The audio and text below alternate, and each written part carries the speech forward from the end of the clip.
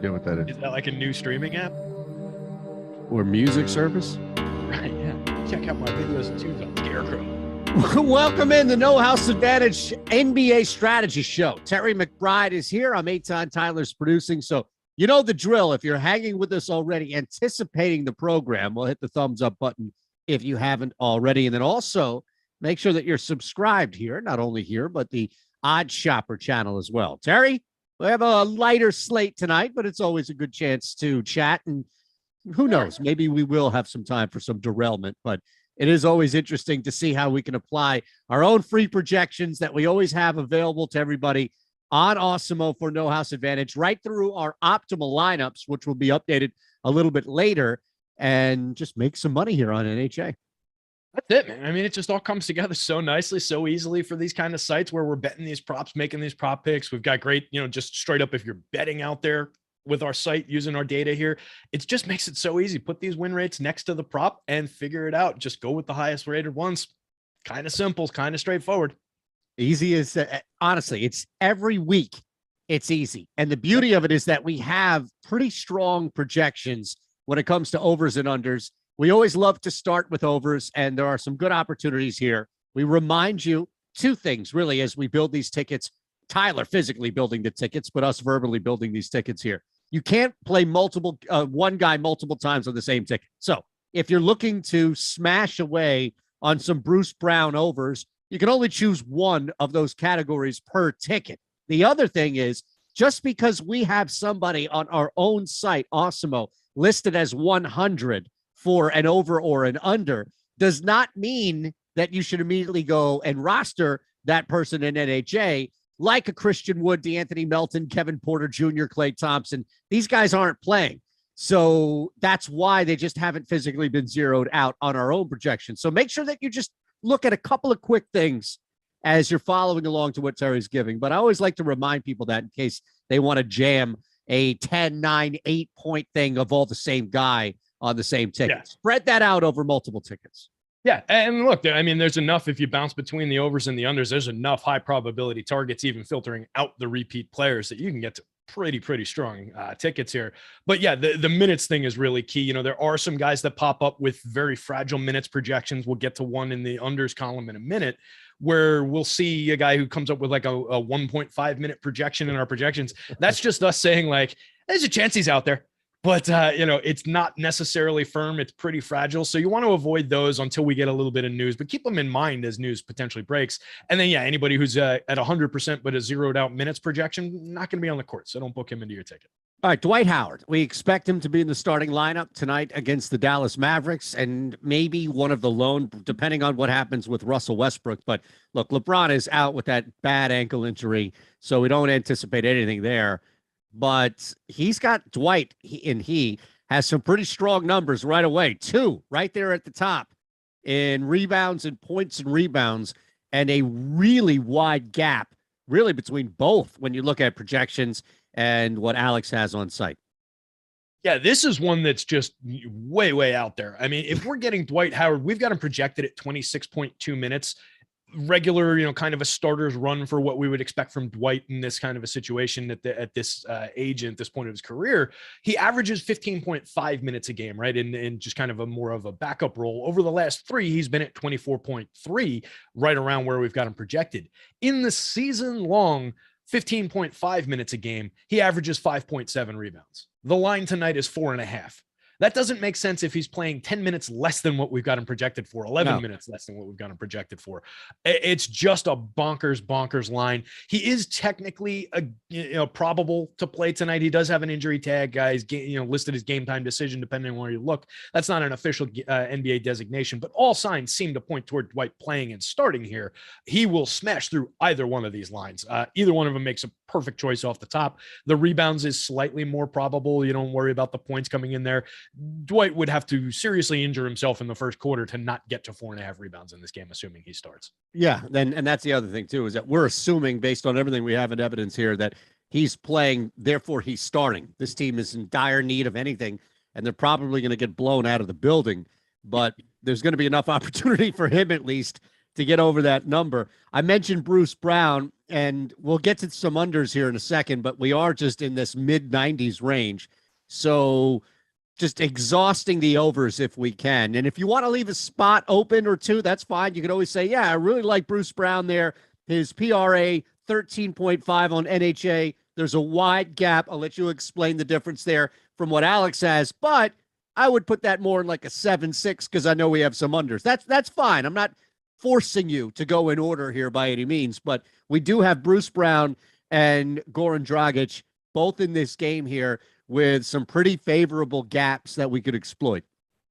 Yeah, for sure. And the Brown one is interesting to me. I wrote him up actually for DFS this afternoon because he's going under-owned across the industry. He's a fair mid-range price in terms of the fantasy sites, but I actually really like zeroing in on him here because that is an inefficient line based on what we expect from Bruce Brown.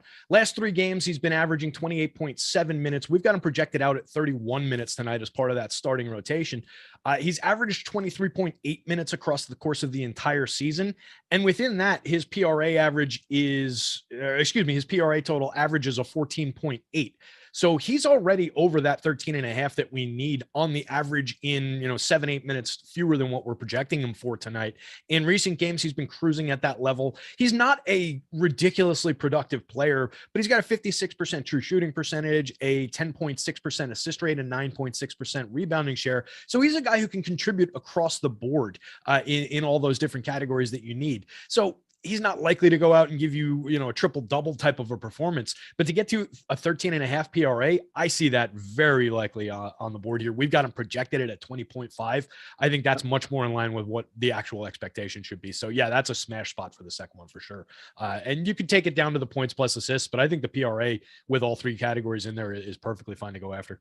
Do you like that Dragic one at points and assists? It's coming up at 92%. So I just wanted to get your thoughts on that. The others are Brown and Howard. So we've already got there. We'll get back to Bagley in a little bit. Yeah, it's another situation where the line is just way off of the average, right? We've got Dragic projected for 25.1 minutes in his 23.7 minutes a game across the 19 games he's played in this season. He's averaging a points plus assists of 11.8. So given a couple more minutes on the court tonight and a line that is at 7.5, 4 under his average in fewer minutes, I'm pretty confident that one's going to come through as well there. So yeah, assuming that our minutes projection is accurate there, I think that's another very, very strong spot. All right. So you mentioned that we just talked about somebody that you wrote up on site, and this is the same connection here that I would bring up for Reggie Bullock, because I'm a little surprised actually at a couple of things, specifically how low his points, rebounds, and assists are. And even at 87.63%, how low that number is. Look, I just did this for Odd Shopper on the Island game tonight for the Mavs-Lakers game. We have on Odd Shopper Bullock projected for 12 points alone. So one of my plays was to go over the 10.5 points. Now that's at minus 105, so you can take that for what it's worth. No juice on NHA, but my goodness, 13.5 for PRA. I mean, he could limp his way to 14 total across that category, assuming he goes over his point total alone.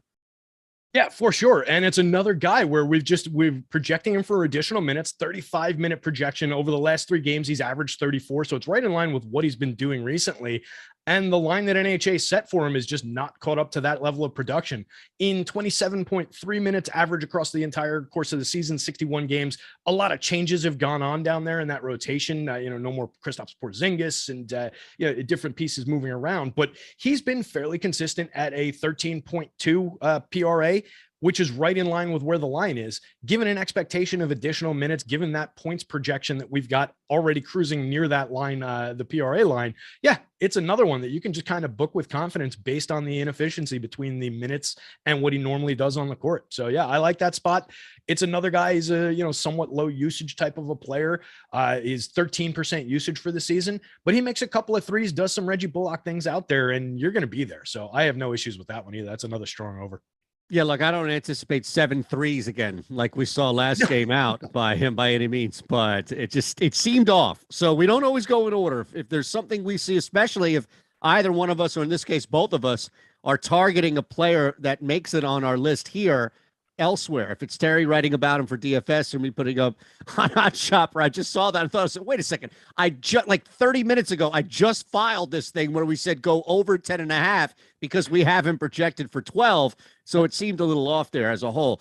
I guess we have to ask ourselves how much there is any likelihood that Thomas Bryant is playing, because if he's out there, it seems like we should smash the hell out of all three of his unders on three separate tickets, from points, rebounds to points and rebounds. But minutes have to be a major concern here, right? Yeah, that's a major concern. That's the guy that I was kind of obliquely referring to a minute ago when I was saying that we'll get there. Just to round off the Bullock one real quick, I just had I had the last 10 games performance up in front of me on a different tab here, and I just popped into it. 34 minutes a game, 9.3 real NBA points, making 2.7 threes. So we're basically there on 3-pointers alone, and then he's adding 5.5 rebounds and 1.8 assists to that. We are firmly there with Reggie Bullock in what he's done recently. Yeah. So I really like that one. I think it's strong. And look, the matchup's great because it like, yes, there's a small percentage chance, right, Terry, that Luka could score 50 in the first half and they bury this Lakers team where nobody else gets much opportunity. But the likelihood is it's probably going to be a bunch of guys, including and especially Bullock and maybe a DFS, or Lakers will play him tight. And their minutes, the Mavs guys' minutes won't. I saw, Anime Assassin reference that as well. Like, hey, the Lakers could, especially because it's human nature to walk into this game thinking we can do whatever we want against this Lakers team. They don't even have LeBron out there. And all of a sudden, the Lakers are playing them tight. The closer this game is, the more minutes you're going to get from Bullock and anybody else. That's my point.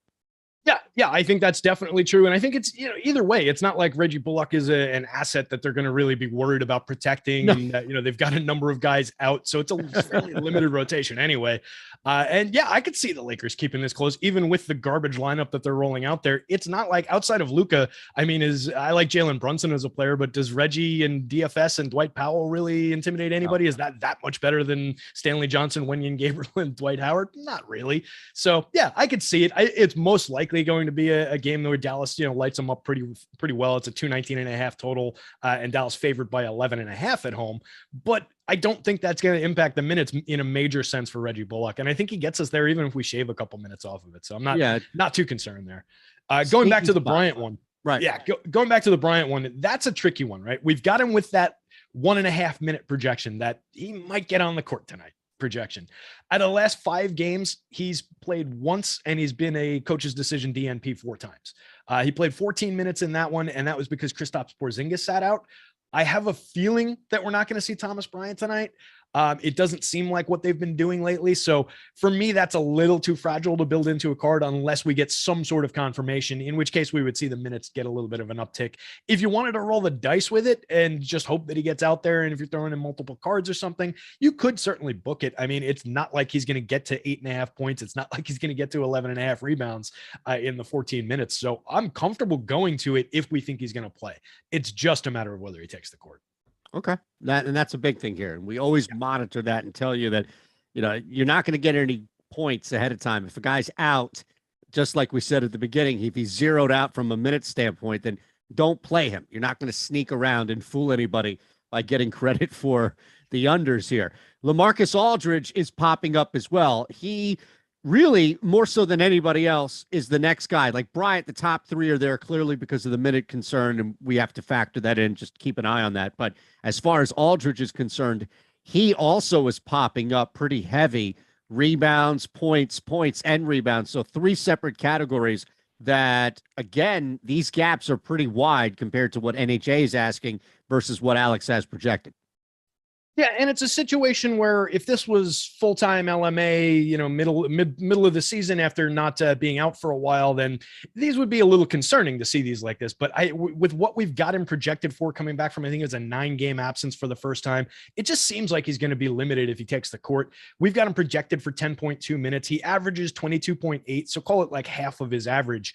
And that's about where these lines are at we've got him projected around half of his average while the line is set around his average. So the points at 12.5 in 22.8 minutes, he averages 13.5 points. So we're projecting him for 10.2 minutes. We can extrapolate that he's pretty unlikely to reach that point total there. So that's a pretty comfortable under at 97%. We've got him projected for 6.12 against the 12.5 line. If you wanted to increase the difficulty and add the rebounds to it, that would be perfectly fine to go to. The one that I'm a little less comfortable about, even though it's at a 98.6, is actually the rebounding prop on its own.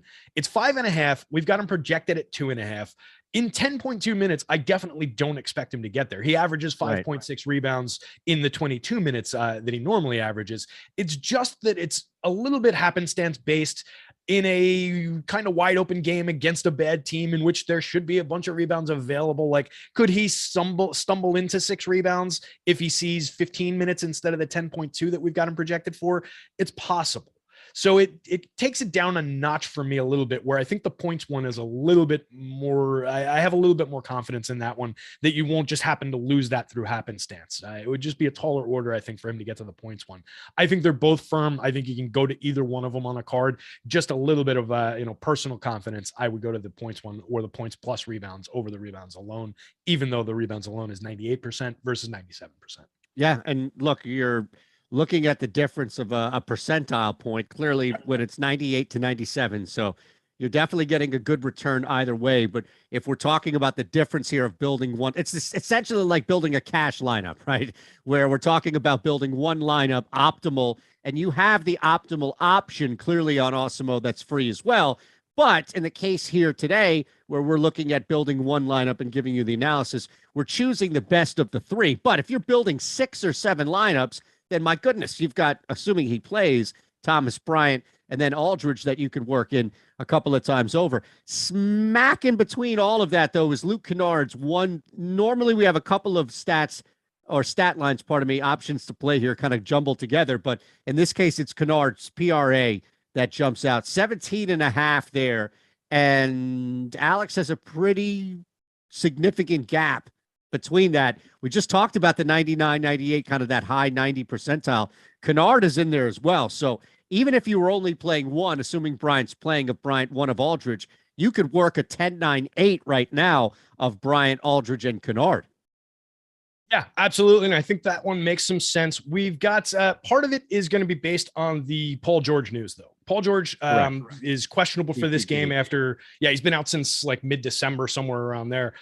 So it would have a impact, like a trickle down impact, where he would be inserted into the starting lineup. Somebody comes out, joins the rotation on the back end. And I think it just shaves enough of the minutes off of Kennard, where he averages 27.5. We've got him projected at 19.7.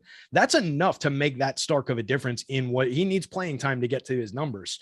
In what he does for this season, the PRA average is 16.9, and we're asking for more than that. And we're taking 10 minutes away from him or 12 minutes away from him. So I think that's pretty comfortable. If you get the news that Paul George doesn't play tonight, then maybe that one changes a little bit. He might trend back toward his minutes average and the confidence level goes way down. So that's one I want to monitor the news. But as of right now, I think it's pretty confident and we can get there. And just looking at what he's done in recent games, he's a 25.3 minute average over the last 3 games. One was 25, one was 22, another was 29. So the minutes have declined a little bit from the 27.5 anyway. So there is the idea that even if George is out, he could still approach that under, but I'd be a lot less confident. That would knock it down probably in the 70s somewhere, I think, if he's getting a few more minutes. All right, so we'll switch back in a second here. Also, reminder, hit that thumbs up button. If you're hanging with us, interacting with us on the chat, just hit that thumbs up button, please. Make sure you're subscribed here and the Odd Shopper channel as well. And take advantage of this promo code. We're breaking it all down. We're giving you right now 6 plays, right? No, 5 technically, 10-9. I have to work math in reverse, but we're going to get down there to 1 before we get out of here. So we're building a card for you. Take advantage. You can go ahead and play this and just use our promo code when you sign up. Awesemo, AWESEMO will match your first deposit up to $25. I did want to mention real quick, though, before we flip back to the overs, Bobby Portis has 2, and then Kobe White. That kind of rounds out the 90s, especially for names that we haven't referenced. So of those 3, and I'll give you the option of taking one of 2 from Portis, that's either his rebound straight up or his PRA versus Kobe White's PRA? And again, all three are 90 plus, so there's no real wrong answer. But is there one of the three that you think is the best value, or at least the best area to attack first? I'd probably shoot for that Portis PRA. Okay. It just looks like they haven't completely caught up to the Brook Lopez return. Yeah, that's true. So Portis for the season, 28.6 minute average across his 65 games, but we've got him cut down to 24.4. He's averaged 24 over the last 22, 29, and 21 since Lopez returned. So I just think that we're pretty safe undercutting that based on the minutes expectation for the entire season. In that bigger minutes chunk, he gets a 25.2 PRA. That's right in line with what they've got him. So they've got him projected at what he's averaged for the season, not necessarily for tonight's situation. That is assuming that Brook Lopez is in. And the other piece of news there is, Brook is a full go. The other piece of news there that could potentially impact that, though, is Giannis. Giannis is probable to play. I expect him to be out there, but he is technically on the injury report. If you see no Giannis, that one comes off the board completely, because I would expect Portis to step in and do his Bobby Portis things out there. But for right now, I think that's a fair target. Yeah, man, Brook Lopez has ruined a lot of the Brook Lopez has ruined a lot of the Portis, and even Grayson Allen. He's taken away a little bit. At least add a little more volatility there from threes, because they're all chuckers. So that's usually what happens there. All right, let's go back to the overs. Bagley was the one that we kind of put on hold for a second. He's at 91% when you look at his points and rebounds, but we also have on Awesemo a couple of other categories when you split the two, rebound solo and points solo. Now, those are a little bit lower, 88 to split hairs versus the 91, but combining both of them and going over seems to be the best play. Yeah, we've got him projected, Bagley, at 30.9 minutes tonight. He's averaged over the course of that's a big jump up from what he's averaged over the course of the entire season. So it's definitely a good target on the board. In a 23.9 minute average across the season, if we're talking about his points plus rebounds, we're already at an 18.4, and it's only a 16.5 line. And we're projecting him for significantly more minutes. That seems pretty easy to target. We've got him projected at 25.43 points plus rebounds against the 16.5 line. That feels like a smash spot. So I'm definitely interested in that one with Bagley here. I think it's kind of a no-brainer, unless we get some weird Bagley game, which, is always in the cards. Not a player I'm ever really comfortable about going to. Right. I think in this case, it just makes a ton of sense that he's going to be on the board here.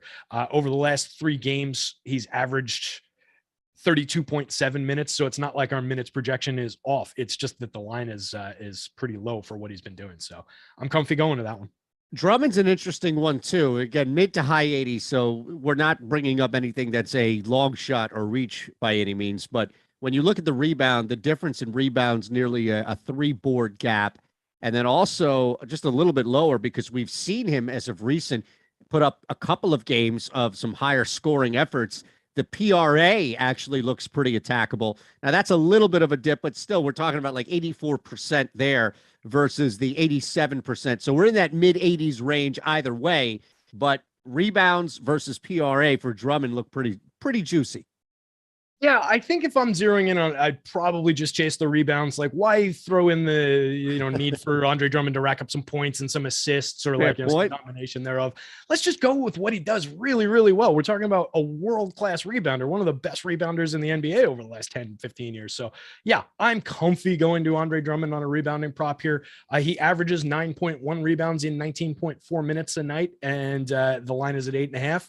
And another one, we've got him projected for about 4 minutes on top of his average. Plenty to do on the court for Andre Drummond. Going to be plenty of missed shots and boards up there. So 87%, we've got him projected at 11 against an 8.5 line. Absolutely fire away with that. That's another very, very strong over. All right, we do have to hit final couple of minutes here. The unders are still in that 89, like a little high 80s range here. We have 3 different guys, 4 really, to look at, all in the same category of PRA. So you could theoretically run just all 4 in a row here, depending on how strong of a point production or point value, you wanted to apply to it. But Tobias Harris, Robert Covington, Seth Curry, and then back to the Sixers, Shake Milton, which I actually love here just because of the minutes and the lack of real blowout, I think, tonight. So you've got Milton at 86 all the way back up through Tobias at 89.9. So we'll round up to 90. All four are PRA. So you could look at that from a couple of different ways because they're all different players and they may get there different ways as well. So if you like, let's say, Seth Curry to explode tonight, or no, pardon me, these are unders. So if you like one guy to be limited in a certain area, like, yeah, man, I don't think Seth's going to knock down a bunch of threes. Chances are he's not grabbing 10 rebounds or dishing out 12 dimes. Yeah, absolutely. Each one of these is at least, is somewhat encouraging and interesting to me. The PRA for Tobias just seems like they're trending high. We've got him projected for 32.6 minutes. Yeah. Well, I'm sorry, the PRA, not the minutes, pardon me. Yeah, the 30.5 is a big line. Right. I mean, we're talking about a guy who over the course of the season has averaged a 27.8 PRA in 35 minutes a night, and we've got him shaved down by like 2.5 minutes. So unless we're expecting him to go out there and play like 40 minutes, I don't know where we're getting that number from. Tough matchup for them too in a, very highly competitive Eastern Conference game here. Hopefully everybody's healthy. It should be a hell of a game. I don't really see Tobias getting that. That's an outlier performance that they're asking for here for Tobias. So I think out of the four, that's probably my favorite. If you look at the Covington one, that one's just a minute situation where we're shaving his minutes down. Again, expectation of potential for George to return to that rotation. So potentially knocks his minutes down. He's averaged 25.3 over the last three. We've got him projected at 21.7. Should be enough to make that difference. And then, Curry and Shake, it's another situation where the minutes for Curry are projected at 25.3, which is in line with what he's averaged over the last three, but it's way off of what he's averaged for this season. He's a 33.5 minute player if we're throwing in the time from Philly. In that stretch, he averages a 22 PRA, which is they're asking for a 22.5 here. We're not giving him that kind of a run tonight. We're giving him 25.3 minutes versus a 33.5 average, where that number comes from. So again, they're just projecting it. That line is incorrect. That line is against what he averages for the season, not the situation he's in tonight. So yeah, I would honestly, I have no issues putting all four or any one of those four into a card. Adam Palmer, thanks for the super chat. Appreciate that, brother. Never necessary, but always appreciate that. Anybody you want to hit on, we try to cover. We actually have a lot in this game. In the short slate tonight, we actually have a lot of attackable numbers right here. So is there anybody, as we get into that mid-80s, which, again, on a short slate, that's kind of surprising, but is there anybody else that you want to attack or target? And again, it could be like we talked about with a couple of guys earlier, the Bullock situation, right, where the number's just a little bit lower based on what you were looking at earlier from a DFS standpoint, or just what we have on Odd Shopper that could correlate to a stronger play, despite even a big number here, depending on it being over or under. Yeah, I tell you, I'm just in scanning down, looking at the Jalen Brunson assists. Not one, like I said before, a player that I like, good player. It's at 5.5 over the course of the season in 32 minutes a night. He's averaging 4.9. So it seems like it's, it would be one that wouldn't be quite as strong as the 80 something percent, 81.5% that we got it at. But if we jump over to the board, looking at his last 10 games, he's only averaged 2.2 assists in 30.6 minutes a night over the last 10. So the assists are down pretty significantly for Brunson here. We've got him projected for 4.1. Against the 5.5 line, that's giving you a little bit of comfort as we start to get to these thinner differentials. So I think that's an attackable one. It's not one I would have thought of off the top of my head, but looking at the recent performance, it's certainly on the board, and looking where we've got him projected, it seems like it's definitely on the board. The minutes are right in line with what he's done recently in that 10-game stretch. So I think that's a sneaky strong one. Okay. Awesome, brother. And, I was just looking here, anybody kind of in that mid 70s or anything here that we could slide in, a guy that we also haven't talked about, but we don't need him.